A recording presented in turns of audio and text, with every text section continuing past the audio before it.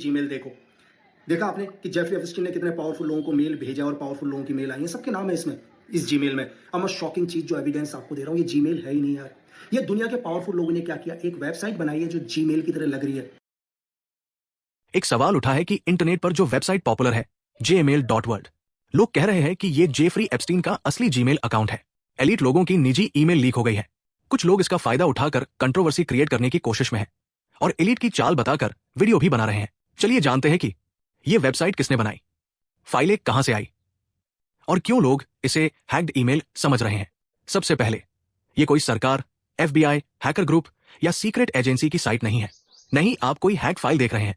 इसे बनाया है दो आम लोगों ने, एक internet artist software engineer Riley Walls और एक सॉफ्टवेयर डेवलपर लूक आइजल, cofounder and CEO of Kino AI ने। उन्होंने बस एक वेबसाइट इंटरफेस बनाया, बिल्कुल जीमेल जैसा दिखने वाला। यानी ये असली ईमेल सर्वर नहीं है, सिर्फ एक व्यूअर है।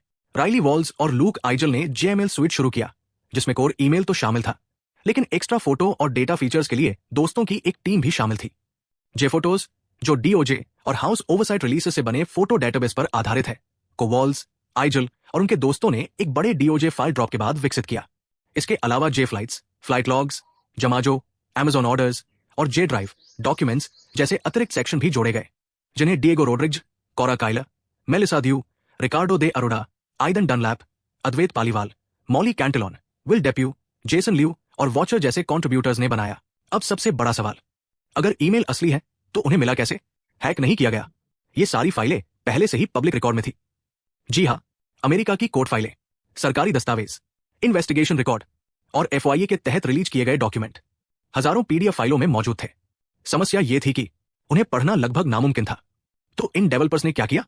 उन्होंने उन डॉक्यूमेंट्स को कन्वर्ट करके एक जीमेल जैसे इंटरफेस में डाल दिया, ताकि लोग आसानी से पढ़ सकें।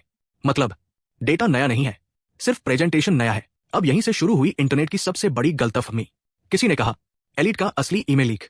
लोगों ने देखा जीमेल जैसा UI और मान लिया ये लाइव इनबॉक्स है। लेकिन सच क्या है? ये कोई अकाउंट नहीं, कोई पासवर्ड नहीं, कोई सर्वर नहीं।